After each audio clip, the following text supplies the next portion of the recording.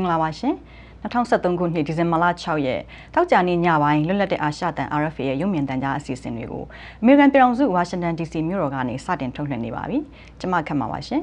RFA အစီအစဉ်တွေကိုမြန်မာစံတော်ချိန်ည8:00 နာရီခွဲကနေ9:00 နာရီအထိတင်ဆက်သွားမှာပါဒီကနေ့အတွက်ထူးခြားတဲ့သတင်းတွေကိုစပြီးတင်ပြပေးပါမယ်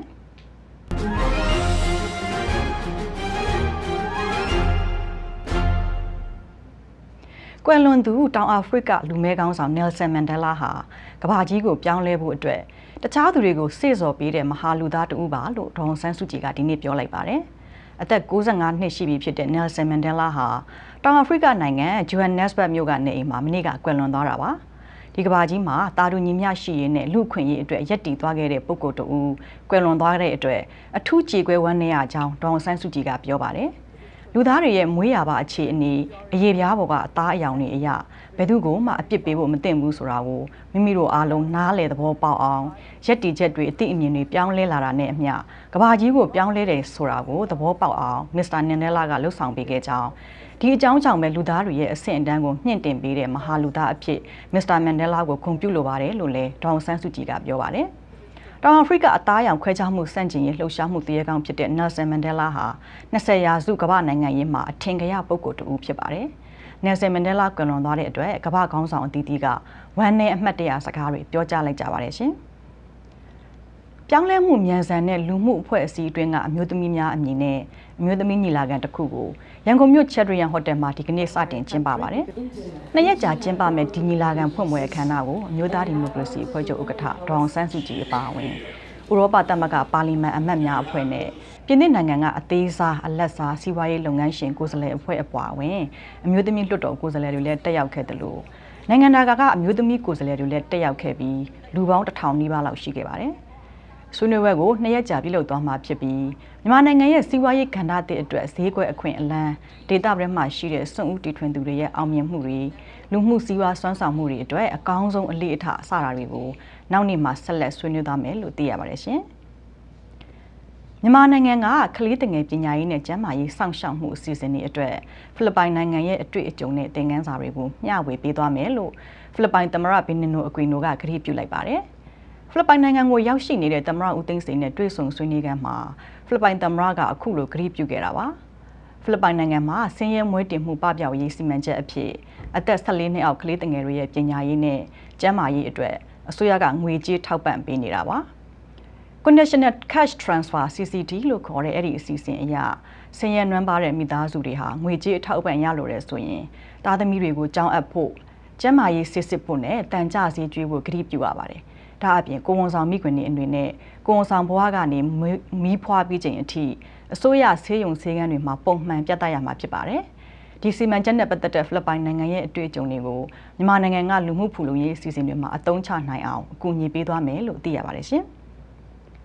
ရန်ကုန်တိုင်းဒဂုံမြို့သစ်စိတ်ကမ်းမြို့နယ်အမှတ်69ရပ်ကွက်ကဒေသခံတွေဟာAR1နဲ့ရတနာအိမ်ယာစီမံကိန်းအတွက်ဖယ်ရှားပေးခဲ့ရတဲ့မြေနေရာတွေမှာဆောက်လုပ်မဲ့လူနေတိုက်ခန်းတွေမှာအရစ်ကျငွေပေးချေစနစ်နဲ့နေထိုင်ခွင့်ရရှိရေးအတွက်ဒီကနေ့ဆန္ဒပြခဲ့ကြပါတယ်။ RFA ဝိုင်းတော်သူမတ်သိန်းတီရီကတင်ပြထားပါတယ်ရှင်။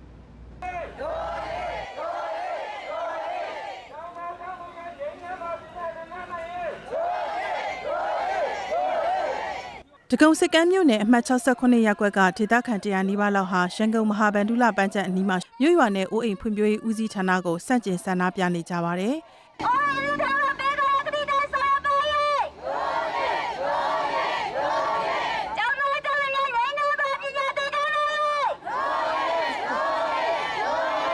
အဲ့ဒီဒေသခံတွေဟာသူတို့ရဲ့မူလအိမ်နေရာတွေကနေအိုးအိမ်ဦးစီးဌာနကဖယ်ရှားပေးခဲ့ပြီးတော့အသစ်ဆောက်လုပ်မဲ့လူနေတိုက်ခန်းအိမ်တွေကိုအရစ်ကျငွေပေးချေတဲ့စနစ်နဲ့နေထိုင်ခွင့်ပေးမယ်လို့ကတိပေးခဲ့ပေမဲ့လက်တွေ့မှာအကောင့်အထည်မပေါ်တဲ့အတွက်ဆန္ဒပြနေကြတာလို့ဆိုပါတယ်။ကျေကျေလေးပါလို့အန်တီပြောတာပါ။ဒီလိုရေးတာငွေရှိနေလို့ပါ။ဟိုရတော့မတိတာပါဘူး။ဒါကြောင့်သမ္မတကြီးကဝန်ကြီးကြောက်တယ်အခုဆန္ဒပြရဲ့ရည်ရွယ်ချက်ကတခြားကြောင့်မဟုတ်သမ္မတကြီးဦးသိန်းစိန်တို့ဝန်ကြီးချုပ်တို့ဒီဝန်ကြီးကသိအောင်လို့ပေါ့ဒီဝန်ကြီးသိအောင်လို့အထက်ကလူကြီးမိနေသိအောင်လို့အန်တီတို့ကဆန္ဒထုတ်ပေါ်တာပါပွင့်လင်းမြင်သာနဲ့တိတိကျကျလာပြီးတော့ပြည်သူတွေကိုပွင့်လင်းမြင်သာလုပ်မပေးအန်တီတို့ကဆန္ဒဆက်ပြီးထုတ်ပေါ်ဦးမယ် တရားဝင်ပါမစ်တင်ပြီးတော့ထုတ်ပေါ်တယ်။သမ္မတကြီးအသိစိတ်ကမိကုန်းနေတဲ့မှာစင်းရဲသားတွေကဲတင်တယ်စာတောင်းနေတဲ့မှာလည်းဖတ်နေရတယ်။ဝန်ကြီးချုပ်ကအကုန်လုံးစင်းရဲသားပြည်သူတွေကဲတင်မယ်ဆိုပြီးတော့အခုတော့လက်တွေ့တိရောက်လာကဲတင်တာမဟုတ်သေးတဲ့အတွက်ကြောင့်အဒီ9ချိန်ရောက်ဆန္ဒထုတ်ပေါ်ခြင်းဖြစ်တယ်။ပြီးခဲ့တဲ့ဇန်နဝါရီလ2ရက်နေ့ကဒဂုံစစ်ကမ်းမြို့နယ်ကနောင်ခမ်းမမှာအိုးအိမ်ဦးစီးဌာနညွှန်ကြားရေးမှူးဦးအောင်ကျော်ဦးနဲ့ရက်ကွက်နေပြည်သူလူထုတို့တွေ့ဆုံခဲ့ပါတယ်။အဲ့ဒီမှာလက်ရှိဒေသခံတွေနေထိုင်ကြတဲ့နေရာတွေဟာအစိုးရကစီမံနေတဲ့အေယာဝန်နဲ့ရတနာအေယာစီမံကိန်းနယ်မြေတွေမှာပါဝင်နေတာကြောင့်ရွှေ့ပြောင်းပေးဖို့ပြောဆိုခဲ့တာပါ။ဒီလိုရွှေ့ပြောင်းပေးဖို့ပြောဆိုရမှာမူလကပေးထားတဲ့ကတိအတိုင်းမဟုတ်ဘဲနဲ့အိုးအိမ်ဖွံ့ဖြိုးရေးဦးစီးဌာနကအမှတ်68ရပ်ကွက်ကနေထိုင်သူတွေကိုဒဂုံမြို့သစ်အရှေ့ပိုင်းနယ်ထဲမှာရှိတဲ့အမှတ်138မြင်းဆောင်155ရပ်ကွက်တွေကိုရွှေ့ပြောင်းခိုင်းတာကြောင့်အခုလိုဆန္ဒပြရတာဖြစ်တယ်လို့ပြောပါတယ်။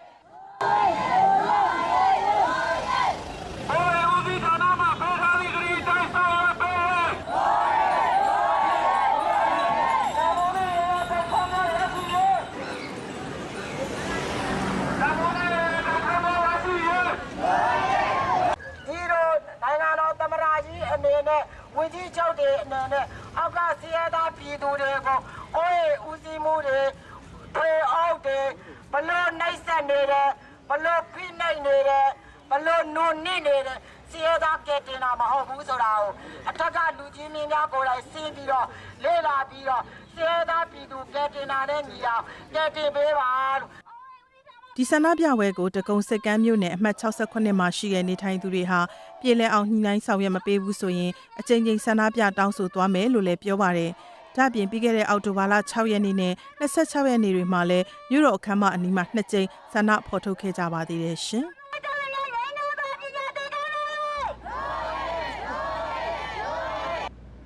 RFA ဝိုင်းတော်သူမတ်တင်းတီတင်ပြသွားတာပါရှင်။မြန်မာနိုင်ငံရဲ့အမျိုးသားပညာရေးပြုပြင်ပြောင်းလဲရေးနဲ့ပတ်သက်ပြီးဆွေးနွေးပွဲတစ်ခုကိုရန်ကုန်မြို့ဗိုလ်ချုပ်ဆန်းလန်းနဲ့စိတ်ကန်းသာလန်းတောင်က Asia Plaza Hotel မှာဒီနေ့စတင်ကျင်းပနေပါတယ်။ပညာရေးပြုပြင်ပြောင်းလဲရေးဆောင်ရွက်နေတဲ့အဖွဲ့အစည်းအားလုံးတွေ့ဆုံဆွေးနွေးပြီးကဏ္ဍတစ်ခုချင်းစီအလိုက်အားလုံးသဘောတူတဲ့မူဝါဒကိုအရင်ဆုံးချမှတ်ပြီးမှပညာရေးဥပဒေနဲ့တင်ယူညွှန်းနှံရေးဆွဲတာတွေလှုပ်ဆောင်နေတယ်လို့မြို့သားဒီမိုကရေစီအဖွဲ့ချုပ်ပညာရေးကွန်ရက်အဖွဲ့ဝင်ဒေါက်တာသိန်းလွင်ကပြောပါတယ်။မြန်မာနိုင်ငံရဲ့ပညာရေးကိုပြုပြင်ပြောင်းလဲရမှာပညာရေးစနစ်နဲ့ဆရာမတွေတင်ပြောင်းလဲရမှာမဟုတ်ပဲ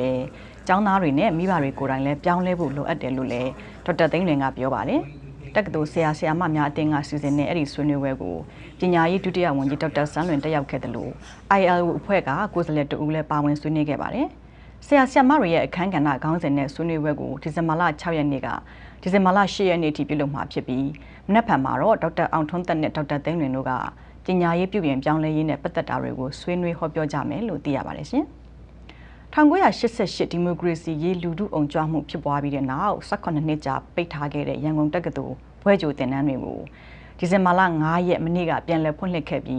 းအထူးပြုဘာသာရပ်အမျိုးအစား20အပြင်နိုင်ငံရေးသိပ္ပံဘာသာရပ်ကိုပါထည့်သွင်းသင်ကြားနေတယ်လို့သိရပါတယ်။အရင်တုန်းကအထူးပြုဘာသာရပ်တစ်ခုကိုကျောင်းသားဦးရေ15ယောက်နှုန်းသာခွင့်ပြုမယ်လို့သတ်မှတ်ထားခဲ့ပေမဲ့နိုဝင်ဘာလ22ရက်နေ့မှာဘာသာရပ်တစ်ခုကိုကျောင်းသား90အထိလက်ခံမယ်လို့ပညာရေးဝန်ကြီးဌာနကပြင်ဆင်ထုတ်ပြန်ခဲ့ပါတယ်။အခုလိုပြင်ဆင်လိုက်တဲ့အတွက်နောက်ထပ်ကျောင်းဝင်ခွင့်လျှောက်ထားသူတွေရှိနေပြီးလက်ရှိကျောင်းတက်နေတဲ့ကျောင်းသားဦးရေကိုအတိအကျမသိရသေးပါဘူး။ဒီဇင်ဘာလ16ရက်နေ့အထိကျောင်းသားတွေကိုကျောင်းအပ်လက်ခံသွားမယ်လို့လည်းသိရပါတယ်။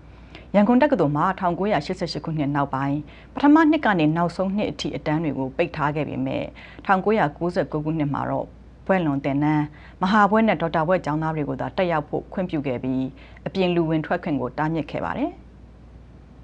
ICRC ခေါ်အပြည်ပြည်ဆိုင်ရာကြက်ချင်နေအဖွဲ့ဟာရှေ့လာမယ့်2014ခုနှစ်အတွက်လူသားချင်းစာနာမှုအကူအညီတွေပေးနိုင်ဖို့ရန်ပုံငွေအမေရိကန်ဒေါ်လာတန်ပေါင်း1300လိုအပ်နေတယ်လို့သိရပါတယ်။စစ်မဲ့ဖြစ်ပွားနေတဲ့ဒေသတွေမှာအခြေအနေတွေပိုပြီးဆိုးဝါးလာနေတဲ့အပြင်မြန်မာနိုင်ငံမှာအရင်က ICRC အဖွဲ့ကိုတွားရောက်ခွင့်ပိတ်ပင်ထားတဲ့နေရာတွေကိုအခုတခါတွားရောက်ကူညီခွင့်ရရှိပြီဖြစ်တဲ့အတွက်အခုလိုဘတ်ဂျက်ပိုပြီးလိုအပ်လာတာလို့ဆိုပါတယ်။ဒါဟာတက်တန်းနှစ်150ရှိပြီဖြစ်တဲ့ ICRC အဖွဲ့အတွက်အများဆုံးဘတ်ဂျက်လုံငွေဖြစ်တယ်လို့ ICRC အဖွဲ့ဥက္ကဋ္ဌပီတာမိုရာကပြောပါတယ်။ကမ္ဘာတဝန်းကစစ်မှတ်ဖြစ်ပွားနေတဲ့နေရာတွေအကြမ်းဖက်မှုဖြစ်ပွားနေတဲ့နေရာတွေမှာအရေးပေါ်အကူအညီလိုအပ်နေသူတွေမရေတွက်နိုင်လောက်အောင်များပြားနေတဲ့အတွက် ICRC အနေနဲ့ဒီလူတွေရဲ့အခြေခံလိုအပ်ချက်တွေကိုကူညီဆောင်ရွက်ပေးဖို့ရည်မှန်းထားတယ်လို့လည်းသူကပြောပါတယ်။အထူးသဖြင့်လာမယ့်2014ခုနှစ်အတွက် ဆီးရီးယားနိုင်ငံကဒုက္ခသည်တွေကိုပေးမဲ့အကူအညီဟာအများဆုံးဖြစ်တယ်လို့ဆိုပါတယ်။2011ခုနှစ်ကစပြီးပြည်တွင်းစစ်ဖြစ်ပွားနေတဲ့ဆီးရီးယားနိုင်ငံမှာလူပေါင်း1,200,000ကျော်တည်ဆုံခဲ့ပြီးလူပေါင်း9,000,000နီးပါးအိုးမဲ့အိမ်မဲ့ဖြစ်နေကြတယ်လို့လည်းသိရပါတယ်ရှင်။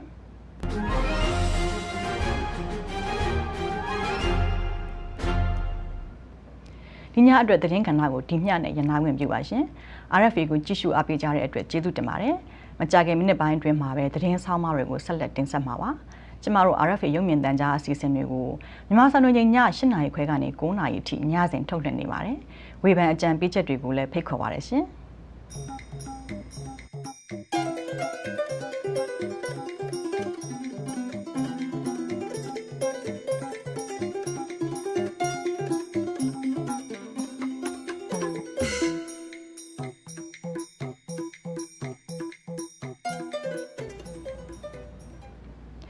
RFA ရုပ်မြင်သံကြားအစီအစဉ်တွေကိုဆက်ပြီးကြည့်ရှုနေရတာပါ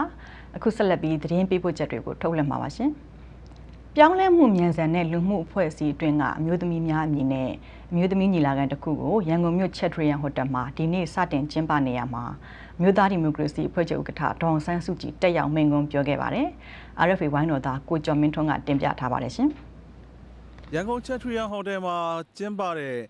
အမျိုးသမီးရေးရာဆွေးနွေးပွဲပြီးဒီကနေ့ညနေပိုင်းမှာပဲမြို့သားဒီမိုကရေစီဖွဲ့ချုပ်ဥက္ကဋ္ဌဒေါ်ဆန်းစုကြည်ဟာပြည်တွင်းပြည်ပသတင်းမီဒီယာနဲ့တွေ့ဆုံပြီးသတင်းစာရှင်းလင်းပွဲတစ်ခုကျင်းပခဲ့ပါတယ်။ဒီခမ်းနားကိုပြည်တွင်းပြည်ပသတင်းမီဒီယာတွေနဲ့အတူဥရောပပါလီမန်သမဂ္ဂအမတ်များအဖွဲ့ကိုယ်စားလှယ်တချို့လည်းတက်ရောက်တာတွေ့ရပါတယ်။သတင်းတောက်တွေရဲ့မေးမြန်းတာတွေကိုဖြေကြားရမှာဒေါ်ဆန်းစုကြည်က When we talk about responsible investment, we mean responsible politically, socially, economically. Soမြန်မာနိုင်ငံမှာယင်းနှိမ့်မြုပ်နှံရာမှာစီးပွားရေးလူမှုရေးနိုင်ငံရေးအရာတာဝန်ယူမှုရှိယင်းနှိမ့်မြုပ်နှံစေလိုတဲ့အကြောင်းဒီနေရာမှာအမျိုးသမီးတွေရဲ့အခန်းကဏ္ဍကိုပါထည့်တွက်စေလိုတဲ့အကြောင်းဖြေကြားခဲ့ပါတယ်။ဒါအပြင်မြန်မာနိုင်ငံမှာဖြစ်နေတဲ့ကိစ္စကအမျိုးသမီးတွေရဲ့အရေးချင်းကိစ္စမဟုတ်ဘဲအမျိုးသမီးတွေအနေနဲ့တန်းတူခွင့်ရေးမရတဲ့ပြဿနာပါပဲလို့လည်းဖြေကြားခဲ့ပါတယ်။ Our Burmese women are well qualified. It's not for lack of qualification, but because of lack of equal opportunity that we do not have enough women in positions of လူပြူလူမဲအသားရောင်ခွဲခြားမှုကိုတိုက်ဖြတ်ဆန့်ကျင်ရင်းနဲ့နောက်ပိုင်းမှာသမ္မတဖြစ်လာခဲ့သူ one particular instance in the way in which Nelson Mandela raised the standard of humanity simply by his belief in the fact that he was the equal of any other man in the world, white, black, brown or green, it exists. ဆလန်ဒလာဟာအသားရောင်ခွဲခြားမှုတိုက်ဖြတ်ရေးတန်းတူညီမျှရေးအတွက်ဥဆောင်ကြိုးပမ်းခဲ့သူဖြစ်တဲ့အကြောင်းဒါအပြင်မိမိကိုယ်ယုံကြည်မှုရှိတဲ့နိုင်ငံသားတွေဖြစ်ပေါ်လာရေးဒီကိစ္စတွေအရေးပါပုံကိုမစ္စတာမန်ဒလာပြောကြားခဲ့တဲ့နဲ့ကိုးကားပြီးဖြေကြားခဲ့ပါတယ်။ဒေါ်ဆန်းစုကြည်ကသူ့အနေနဲ့နိုင်ငံရေးပါတီတစ်ခုရဲ့ခေါင်းဆောင်တစ်ခုအနေနဲ့နိုင်ငံရေးလောကတွေကိုရောက်ရှိလာတာဖြစ်ပြီးအများပြောဆိုနေကြတဲ့ဒီမိုကရေစီနဲ့လူ့အခွင့်အရေး icon တစ်ခုမဟုတ်တဲ့အကြောင်းသူလည်းသူ့အနေနဲ့နိုင်ငံရေးပါတီတစ်ခုရဲ့ခေါင်းဆောင်အတိုက်ခံနိုင်ငံရေးပါတီတစ်ခုကိုဥဆောင်နေသူနိုင်ငံရေးသမားတူသာဖြစ်တဲ့အကြောင်းဒေါ်ဆန်းစုကြည်ကဖြေကြားခဲ့ပါတယ် That I started out as the leader of a political party. I cannot think of anything more political than that. An icon doesn't found a political party. ဒီကနေ့ချက်ထရီယန်မှာပြုလုပ်တဲ့ဒေါ်ဆန်းစုကြည်ရဲ့သတင်းစာရှင်းလင်းပွဲဟာမိနစ်20မြကြာမြင့်ခဲ့ပါတယ်ခင်ဗျာ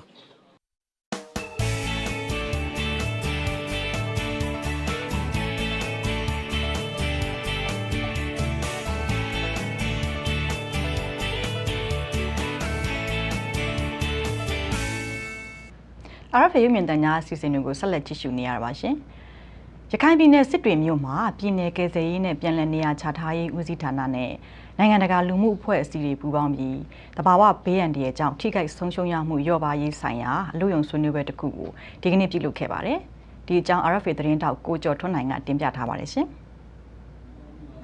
ရခိုင်ပြည်နယ်ကယ်ဆယ်ရေးနဲ့ပြန်လည်နေရာချထားရေးဦးစီးဌာနနဲ့နိုင်ငံတကာလူမှုကူညီရေးအဖွဲ့အစည်းတွေဖြစ်တဲ့ကုလသမဂ္ဂမြို့ရွာနဲ့အိုးအိမ်ဖွံ့ဖြိုးရေးအစီအစဉ် UN Habitat အဖွဲ့အပါအဝင်နိုင်ငံတကာလူမှုကူညီရေးအဖွဲ့အစည်းအချို့ကဦးဆောင်ပြီးတဘာဝဘေးအန္တရာယ်ကြောင့်ထိခိုက်ဆုံးရှုံးနိုင်ခြေလျော့ပါးရေးအလို့ယုံဆွေးနွေးပွဲတစ်ခုကိုစစ်တွေမြို့ဟိုတယ်မှာဒီကနေ့ကျင်းပခဲ့ပါတယ်။ရခိုင်ပြည်နယ်အတွင်းတဘာဝဘေးအန္တရာယ်ကြောင့်ထိခိုက်ဆုံးရှုံးမှုလျော့နဲ့ကျဆင်းရေးအတွက်ရည်ရွယ်ပြီးဒီအလို့ယုံဆွေးနွေးပွဲကိုကျင်းပရတာဖြစ်တယ်လို့ရခိုင်ပြည်နယ်ကယ်ဆယ်ရေးနဲ့ပြန်လည်နေရာချထားရေးဦးစီးဌာနညွှန်ကြားရေးမှူးချုပ်ဦးချွန်ဟဲရဲကဒီကနေ့အခမ်းအနားမှာပြောကြားခဲ့ပါတယ်။တဘာဝဘေးအန္တရာယ်ကြောင့်ထိခိုက်ဆုံးရှုံးနိုင်ခြေလျော့ကျခြင်းအတွက်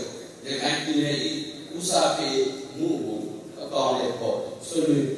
ပေါ်ထုတ်ရဖြစ်ပါတယ်အဓိကတော့ကျွန်တော်ရဲ့စီးပွားရေးလုပ်ငန်းတွေမှာတော့ချိခိုင်ဆုံးဆုံးမှုရှိတယ်ဆိုတာသိရှိပြီးတော့ဒီတော့ဘေးတိုင်းရောပိုင်းလုပ်ငန်းတွေ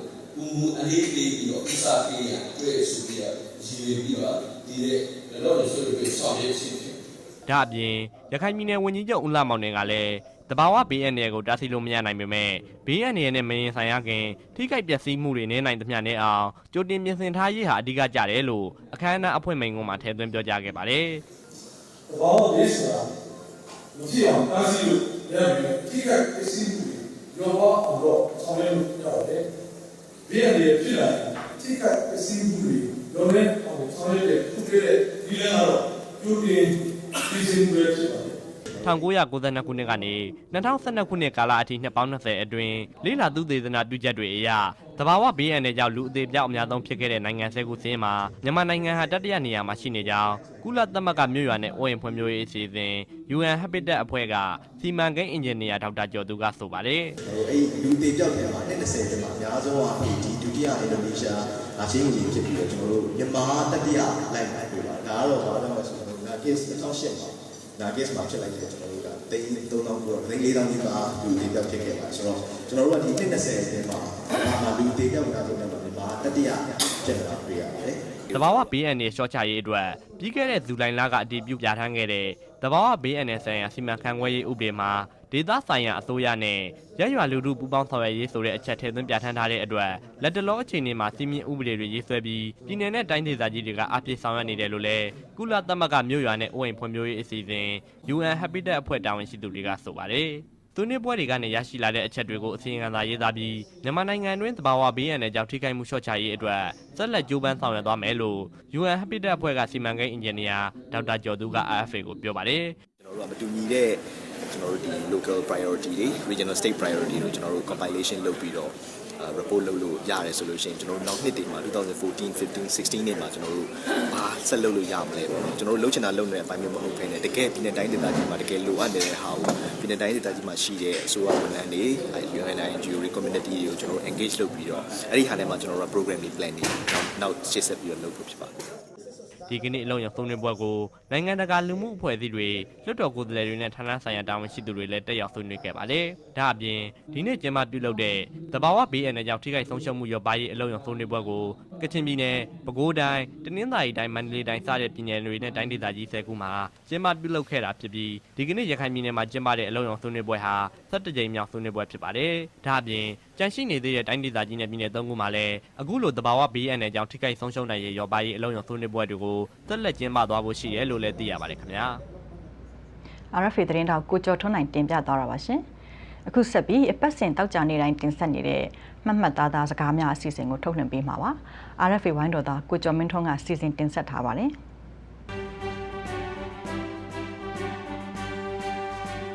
မင်္ဂလာပါခင်ဗျာအရက်ခေါ်ကြီးလေးကြီးတွေ့ဆုံရေးလေးပွင့်ဆိုင်တွေ့ဆုံရေးလို့လူသိများတဲ့သမရကာကွယ်ရေးဦးစီးချုပ်ပြည်သူ့လွှတ်တော်ဥက္ကဋ္ဌနဲ့ဒေါ်အောင်ဆန်းစုကြည်တို့၄ဦးတွေ့ဆုံဆွေးနွေးရေးပေါ်သမရရုံးကတုံ့ပြန်ချက်ဟာအစိုးရအနေနဲ့ဆန္ဒမရှိလို့သာဖြစ်တယ်လို့ဒေါ်အောင်ဆန်းစုကြည်ကဝေဖန်ပြောကြားလိုက်ပါတယ်။ဩစတြေးလျနိုင်ငံခီးစဉ်နောက်ဆုံးရက်ဖြစ်တဲ့ဒီဇင်ဘာ၁ရက်နေ့ကမဲဘုံမြို့မြန်မာမိသားစုတွေနဲ့တွေ့ဆုံပွဲမှာဒေါ်အောင်ဆန်းစုကြည်ကအခုလိုပြောကြားခဲ့တာဖြစ်ပါတယ်။အဲ့တော့သမရရုံးကတုံ့ပြန်တာဒီလိုဆွေးနွေးဖို့ဆိုလို့ရှိရင်ပေါ့နော်မသိတော့ဘူးနံပါတ်1ကပါလဲဆိုတော့ပါတီက98ပါတီရှိတယ်တပါတီရဲ့ခေါင်းဆောင်တွေတွေ့တယ်ဆိုလို့ရှိရင်ဒါမသိတော့ဘူးလို့ပြောတယ်။နောက်ဒုတိယကပါလဲဆိုတော့ဒီကပေါ့နော်ဒီလွှတ်တော်ထဲမှာဒီလွှတ်တော်ကော်မတီကဖွဲ့စည်းပုံအခြေခံဥပဒေပြန်လည်ပြုပြင်ပြောင်းလဲတဲ့ပတ်သက်လို့သုံးသပ်နေတဲ့အချိန်မှာဆိုရင်ဒီတောင်လွှတ်တော်ကြော်ပြီးတော့မလုပ်နိုင်ဘူး။ January ကုန်ပြီးတော့သူတို့ရဲ့အစီအစဉ်ကတင်ပြတဲ့အချိန်စောင့်တယ်လေဒါဟာမတွေ့ဘူးလို့ညင်တာတော့မဟုတ်ပါဘူးဆိုတော့အဲ့လိုပြောပါတယ်။ဒီမှာပြောချင်တာတွေးနေလို့ရှိရင်တော့တွေးချင်စရာအကြောင်းကြီးပဲမတွေးရင်တော့မတွေးရင်စရာအကြောင်းကြီးပဲလို့ဆိုတာပြောတယ်တစ်ဆက်တည်းမှာလည်းလေးပွင့်ဆိုင်တွေ့ဆုံရေးအပေါ်သမရဦးသိန်းစိန်ရဲ့သဘောထားမှတ်ချက်နဲ့ပတ်သက်လို့ဒေါ်အောင်ဆန်းစုကြည်နဲ့ NLD ပါတီကဝေဖန်ချက်ပေါ်သမရကတွေ့ဆုံရေးညင်းပယ်တာမဟုတ်တဲ့အကြောင်းဒီဇင်ဘာ3ရက်နေ့ကသမရရဲ့ပြောခွင့်ရပုဂ္ဂိုလ်ဦးရဲထွဋ်ကတုံ့ပြန်ပြောကြားခဲ့ပါတယ်။တွေ့ဆုံဆွေးနွေးအခြေခံဥပဒေဟာအရေးကြီးတဲ့ကိစ္စဖြစ်တယ်။ပြီးတော့ဒါကိုပြည်ထောင်စုလွှတ်တော်မှာရှိတဲ့ကော်မတီကလည်းဆောင်ရွက်နေတဲ့ကိစ္စဖြစ်တယ်။ ဒါမှမဟုတ်ခုချိန်မှာကျွန်တော်တို့ကဒီ4ယောက်ထဲကပေါ့နော်သူတို့ပြောတဲ့သူတို့သုံးနေဆို4ပွင့်ဆိုင်ကတွေးဆုံပြီးတော့မှဒါတွေတော့သဘောတူတယ်ဒါတွေဒီလိုလုပ်ကြမယ်လို့ပြောလို့ရှိရင်ဟိုဘက်မှာတကယ်တာဝန်ရှိတဲ့ပြည်တော်စုလွှတ်တော်ကော်မတီနောက်တကယ်ကိုယ်တိုင်မဲပေးပြီးတော့မဲခွဲဆုံးဖြတ်မယ်ပြည်တော်စုလွှတ်တော်ကိုယ်စားလှယ်တွေပေါ်မှာဖိအားပေးသလိုမျိုးသူတို့ရဲ့အမြင်နဲ့ကွဲလွဲတာမျိုးကျွန်တော်မဖြစ်စေချင်ပါဘူးတွေးဆုံဆွေးနွေးရေးကိုကျွန်တော်တို့ညှင်းပယ်တာမဟုတ်ပါဘူးတစ်ချိန်တည်းမှာလည်းဖွဲ့စည်းပုံအခြေခံဥပဒေပြင်ဆင်ရေးနဲ့ပတ်သက်လို့ဒေါအောင်ဆန်းစုကြည်ကသမ္မတဦးသိန်းစိန်ကာကွယ်ဦးစီးချုပ်ဗိုလ်ချုပ်မှူးကြီးမင်းအောင်လှိုင်ပြည်ထောင်စုလွှတ်တော်နာယကသူရဦးရှင်မနဲ့တွေ့ဆုံဆွေးနွေးဖို့တောင်းဆိုချက်ဟာပါတီတစ်ခုတည်းရဲ့တောင်းဆိုချက်ဖြစ်တာကြောင့်ပါတီစုံစနစ်ကိုလက်ခံသူတွေအကြားအထင်အမြင်လွဲစရာရှိနိုင်တယ်လို့ပြည်ထောင်စုကြံ့ခိုင်တဲ့ဖွံ့ဖြိုးရေးပါတီဒုတိယဥက္ကဋ္ဌဦးထေးဦးကပြောလိုက်ပါတယ်ဒီဇင်ဘာ4ရက်နေ့က RFA မေးမြန်းခန်းမှာဦးထေးဦးကအခုလိုဖြေခဲ့တာပါကျွန်တော်ဒီမှာလည်းဖွဲ့စည်းပုံအခြေခံဥပဒေကြီးလေးကြီးဆိုတဲ့ဥစ္စာဘယ်လိုကြီးသလဲတော့ကျွန်တော်မပြောတတ်ဘူးနော်ပါတီစုံစနစ်ဖြစ်တဲ့အတွက်ပါတီအားလုံးဆိုရင်တော့လည်းမဆိုးဘူးပေါ့နော်တို့လည်းပဲဒီထက်ကနေပြီးတော့မှနော်ဒီထက်ကနေပြီးတော့မှတပါတီတဲ့အနေနဲ့သွားပြီးဆွေးနွေးမယ်ဆိုလို့ရှိရင်လည်းကျန်တဲ့ပါတီသဘောထားလည်းပဲပါတီစုံစနစ်ကိုလက်ခံတဲ့လူတွေကတော့လည်းတမျိုးမြင်မှာပေါ့နော်ဒီလိုပဲကျွန်တော်ပြောလို့ပါတယ်ကြံ့ခိုင်ရေးပါတီဒုဥက္ကဋ္ဌဦးထေးဦးပြောသွားတာဖြစ်ပါတယ်ခင်ဗျာအာဆီယံအဖွဲ့ဝင်နိုင်ငံတွေထဲမှာမြန်မာနိုင်ငံဟာစီးပွားရေးအနှိမ့်ကျဆုံးဖြစ်နေတာဟာအနှစ်20ကျော်ကြာစီးပွားရေးပိတ်ဆို့မှုဒဏ်ခံခဲ့ရတဲ့အတွက်ဖြစ်ပါတယ်လို့သမ္မတဦးသိန်းစိန်ကပြောလိုက်ပါတယ်ဖိလစ်ပိုင်သမ္မတနန်းတော်မှာနိုဝင်ဘာ9ရက်ကကျင်းပတဲ့သတင်းစာရှင်းလင်းပွဲမှာဦးသိန်းစိန်ကအခုလိုပြောခဲ့တာပါအဲ့တော့အာဆီယံနိုင်ငံတွေထဲမှာကျွန်တော်တို့မြန်မာနိုင်ငံဟာဖွံ့ဖြိုးမှုအဖက်ဖက်ကနေပြီးတော့နောက်ကျနေတဲ့နိုင်ငံကျွန်တော်တို့ဖြစ်ပါတယ်အဓိကအကြောင်းရင်းကလည်းကျွန်တော်တို့နှစ်ပေါင်း20ကျော်လောက်စီးပွားရေးပိတ်ဆို့မှုဒဏ်ခံထားခဲ့ရတဲ့အတွက်ကြောင့်ဖြစ်ပါတယ်ဒါမှမဟုတ်ဒီစီးပွားရေးပညာရေးကျန်းမာရေးလူ့စွမ်းအားမြင့်တင်ရေးကိစ္စတွေမှာကျွန်တော်တို့နဲ့အတူပါဝင်ပူးပေါင်းဆောင်ရွက်ပေးဖို့သမ္မတကြီးကိုလည်းကျွန်တော်အနေနဲ့မြစ်တာရက်ခံခဲ့ပါတယ်ဒါတော့သမ္မတဦးသိန်းစိန်ပြောသွားတာပါအခုတစ်ပတ်ထူးထူးခြားခြားမှတ်သားမိတဲ့စကားတွေလည်းဆက်ပြီးတော့တင်ပြလိုပါတယ်မြန်မာနိုင်ငံကိုချစ်တဲ့အစ္စလာမ်ဘာသာဝင်တွေကိုအကာအကွယ်ပေးတော်မှာဖြစ်ပြီးတော့မြန်မာနိုင်ငံကိုအစ္စလာမစ်နိုင်ငံထူထောင်ရေးကြိုးပမ်းနေသူတွေကိုတော့ဓမ္မနီးနဲ့ဥပဒေနီးနဲ့ဆန့်ကျင်သွားမယ်လို့အမျိုးဘာသာသာသနာထိန်းသိမ်းစောင့်ရှောက်ရေးဥဆောင်လှုပ်ရှားနေသူတူဖြစ်တဲ့မစိုးရိမ်တိုက်တဲ့ဆရာတော်ဦးဝီရသူကပြောလိုက်ပါတယ်ဒီဇင်ဘာ3ရက်နေ့ကအစ္စလာမ်ဘာသာရေးကောင်းဆောင်တူဖြစ်တဲ့ဒိုင်းမွန်ဦးရွှေကြည်နဲ့ငြိမ်းချမ်းရေးဆွေးနွေးပွဲဟောပြောအပြီးဦးဝီရသူကအခုလိုမှတ်ချက်ပေးပြောခဲ့တာဖြစ်ပါတယ်မြန်မာပြည်မှာနေထိုင်ပြီးမြန်မာပြည်ကိုချစ်တော်မွတ်စလင်တို့မိတ်ဆွေကောင်းဖြစ်ကာကွယ်ပေးမယ်။တိုင်းတော်ကိုချစ်တော်မွတ်စလင်တို့မိတ်ဆွေဖြစ်လာအောင်ဖြည့်ရုံမယ်။မြန်မာပြည်ကိုအစ္စလာမစ်နိုင်ငံထူထောင်မှုတည်စီနေသောမွတ်စလင်တွေအန်တရယ်ကိုတော့ဓမ္မဝိနည်းနဲ့ဥပဒေပေါင်းနဲ့ကနေပြီးတော့ဆောင်ရွက်သွားမယ်။ကတိပြုတာဥစဉ်ဘက်ကပေါ့နော်။ဒိုင်းမွန်ရွှေချိုဘက်ကတော့မြန်မာပြည်သူလူထုတွေနဲ့သာသာတာဖြစ်အောင်နေနိုင်ရေးအတွက်အစ္စလာမ်သာသနာအဖွဲ့တာဝန်ယူဆောင်ရွက်တဲ့အကြောင်းပြည်သိမ်းစီမံချက်လို့နာမည်ပေးထားတဲ့မိဘတွေကိုကန့်ကွက်ရှုတ်ချတဲ့အကြောင်းကိုလက်မှတ်ထိုးတယ်ပေါ့တပ်မတော်ဟာပြည်ထောင်စုသားတိုင်းရင်းသားတွေနဲ့ဖွဲ့စည်းထားတဲ့ပြည်ထောင်စုတပ်မတော်ဖြစ်တယ်လို့ဒီဇင်ဘာ3ရက်ကမြန်မာတပ်မတော်အကြီးအကဲဗိုလ်ချုပ်မှူးကြီးမင်းအောင်လှိုင်ကရခိုင်ပြည်နယ်ခရီးစဉ်မှာပြောလိုက်ပါတယ်။ဒါဟာငြိမ်းချမ်းရေးဆွေးနွေးပွဲတွေမှာဖက်ဒရယ်ပြည်ထောင်စုတပ်မတော်ဖွဲ့စည်းရေးတနက်ကိုင်တိုင်းရင်းသားအဖွဲ့တွေကပြောကြားလာမှုတွေထွက်ပေါ်ပြီးရက်ပိုင်းအတွင်းမြန်မာစစ်တပ်အကြီးအကဲကအခုလိုပြောလိုက်တာဖြစ်ပါတယ်။လက်ရှိမြန်မာနိုင်ငံရေးအခင်းအကျင်းကိုပြတ်ပြတ်သားသားကြည့်ဖို့လိုတဲ့အကြောင်း2012နဲ့2013မြန်မာနိုင်ငံရဲ့ဘာသာရေးလူမျိုးရေးနဲ့နိုင်ငံရေးတင်းမာမှုတွေဟာ2012ကြားပြရွေးကောက်ပွဲပြီးဆက်တိုက်ဖြစ်ပေါ်လာတာဖြစ်သလိုစီမံခန့်ခွဲမှုညံ့ဖျင်းပြီးအာရိလိုက်စားမှုများတဲ့သူတွေကြောင့်ပြည်သူအများမျှော်လင့်ခဲ့တဲ့ဒေါ်အောင်ဆန်းစုကြည်နဲ့ဦးသိန်းစိန်တို့စခဲ့တဲ့အမျိုးသားပြန်လည်သင့်မြတ်ရေးလမ်းကြောင်းဟာလက်တွေ့ဖြစ်မလာပဲပျက်စီးခဲ့ရတယ်လို့11 Media အဖွဲ့အကြီးအကဲဒေါက်တာတန်းထွဋ်အောင်ကပြောလိုက်ပါတယ်။ဒီဇင်ဘာ4ရက်က11 Digital Media ဖွင့်ပွဲမှာဒေါက်တာတန်းထွဋ်အောင်ကအခုလိုပြောလိုက်တာဖြစ်ပါတယ်။စစ်ဗိုလ်ချုပ်တင်အားလုံးထဲမှာအယိုးသားဆုံးနဲ့အကင်းရှင်းဆုံးဖြစ်တဲ့ဦးသိန်းစိန်သမ္မတဖြစ်လာတဲ့အခါမှာကျွန်တော်တို့အနေနဲ့မျှော်လင့်ချက်တွေအများကြီးရှိလာတယ်။သမ္မတဦးသိန်းစိန်နဲ့နိုင်ငံရဲ့လူလူခေါင်းဆောင်ဒေါ်အောင်ဆန်းစုကြည်တို့ရဲ့နှစ်ယောက်အောက်မှာကျွန်တော်တို့နိုင်ငံဟာအများကြီးရှေ့ကိုလှိမ့်လှိမ့်များများရောက်ရှိလာမယ်။နိုင်ငံတကာလေးစားယုံကြည်လောက်တဲ့နိုင်ငံတစ်နိုင်ငံဖြစ်လာခဲ့လိမ့်မယ်လို့ကျွန်တော်အများကြီးယူဆယုံကြည်မျှော်လင့်ခဲ့ပြီပါ။ဒါပေမဲ့နောက်ထပ်တစ်နှစ်ကျော်နှစ်နှစ်ကြာမှာကျွန်တော်မျှော်လင့်ချက်တွေတစားစီပြိုကွဲလာခဲ့ပါတယ်။ဒီအခြေအနေတွေကိုစတင်ဖြစ်ပေါ်ခဲ့တဲ့အကြောင်းရင်းကတော့2012ကြားပြရွေးကောက်ပွဲမှာဒေါ်အောင်ဆန်းစုကြည်နဲ့ NLD ပါတီဟာ landslide 44နေရာမှာ43နေရာအနိုင်ရရှိပြီးတဲ့နောက်မှာဒီပြဿနာတွေဖြစ်ပေါ်ခဲ့ရပါတယ်။ဒီပြဿနာတွေဖြစ်ပေါ်ခဲ့ရတဲ့အကြောင်းရင်းနောက်ွယ်ဟာဒါဟာဘာကြောင့်လဲဆိုတာလူတွေအားလုံးသိကြမှာပါ။ရခိုင်ပြည်နယ်လူသက်ပေါင်းများစွာတည်ကြခဲ့တဲ့ရခိုင်ပြည်နယ်ရေးခင်းဗမာလူမျိုးတွေနဲ့ဗုဒ္ဓဘာသာကိုအရှက်ရစေခဲ့တဲ့မိထ္ထီလာရေးခင်းအ ရေးခင်းပေါင်းများစွာလက်ပတောင်းတောင်ရေးခင်းစီးပွားပရိပက္ခပေါင်းများစွာနဲ့အတူကျွန်တော်တို့နိုင်ငံမှာတိုင်းပြည်ဟာဆင်းရဲတွေပိုနဲ့လာလက်တဆုပ်စာလူတစုဘွားနဲ့လက်တဆုပ်စာလက်တစ်ဖက်စာလူတစုကြီးပွားရေးဖြစ်တဲ့အခါမှာတိုင်းပြည်ဟာလူငယ်ဆင်းရဲသားတွေပိုဆင်းရဲတွေနဲ့လာညှော်နှင်းချက်တွေပိုကင်းမဲ့လာလူငယ်လူဘွားပိုပြီးတော့ဆိုးရလာခဲ့ကြတယ်ဒါတွေကလုံးဝညှင်းစရာမရှိတဲ့အချက်ပဲဖြစ်ပါတယ်အပြောင်းလဲတွေလုပ်တယ်အပြောင်းလဲတွေလုပ်တယ်ဗမာအောင်မြင်တယ်မအောင်မြင်မှုတွေရဲ့နောက်ွယ်မှာဘာတွေရှိတယ်အဓိကကတော့မှန်တကယ်ဆိုရင်တော့ခေါင်းဆောင်နဲ့ခေါင်းဆောင်မှာပဲတာဝန်ရှိတာပါပဲအာဏာကိုဆက်လက်လုပ်ကင်နေတဲ့လူတွေအာဏာရှိတဲ့သူတွေနဲ့မိမိတို့ရဲ့အကျိုးစီးပွားအတွက်ဂျားကနေပွဲစားလုပ်ချင်တဲ့တတိယအုပ်စုတွေဟာဒီကိစ္စမှာအဓိကတာဝန်ရှိတဲ့သူတွေဖြစ်ပါတယ်အခုတော့မမသားစကားများစီစဉ်ရတော့လောက်ပါတယ်ခင်ဗျာကြီးစုနားဆင်ကြသူအားလုံးကိုကျေးဇူးတင်ပါတယ်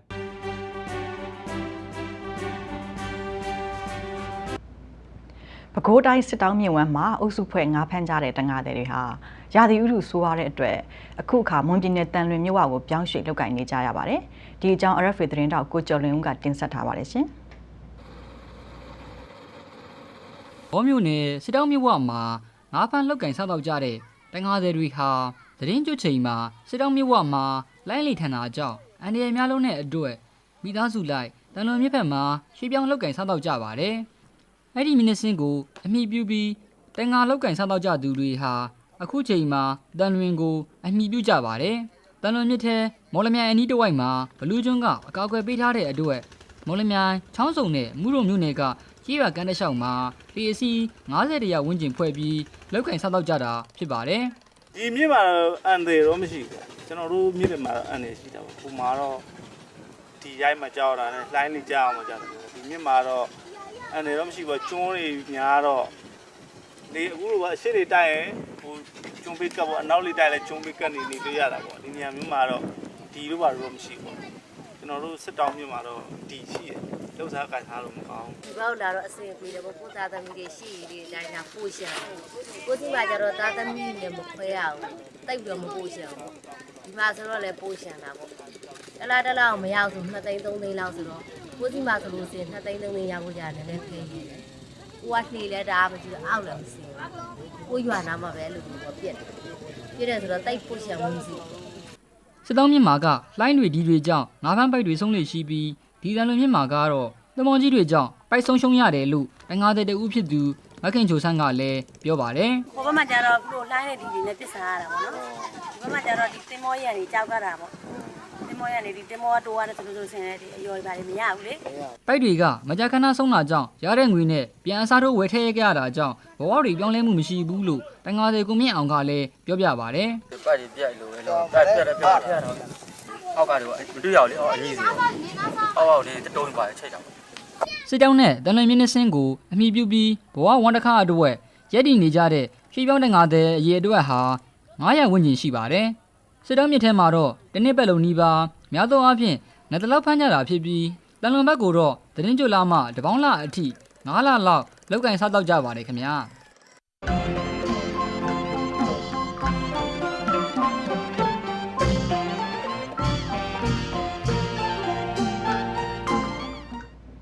RFA ရုပ်မြင်သံကြားအစီအစဉ်တွေကိုကြည့်ရှုနေရတာပါ။ကျမတို့ RFA လွတ်လပ်တဲ့အာရှအသံရဲ့အသံလွှင့်စီစဉ်တဲ့ရုပ်မြင်သံကြားအစီအစဉ်တွေကိုကွန်ပျူတာအင်တာနက်ကတဆင့်လဲဖမ်းယူကြည့်ရှုနားဆင်နိုင်ပါတယ်။လိပ်စာကတော့ www.rfa.org/burmese ဖြစ်ပါတယ်။ဒီညအတွက် RFA ရုပ်မြင်သံကြားအစီအစဉ်တွေလည်းဒီမှာပင်ပြီးဆုံးပါပြီရှင်။ကြည့်ရှုရတဲ့ပရိသတ်အားလုံးကိုအထူးကျေးဇူးတင်ပါတယ်။မင်္ဂလာပေါင်းနဲ့ပြည့်စုံတဲ့ညချမ်းဖြစ်ကြပါစေရှင်။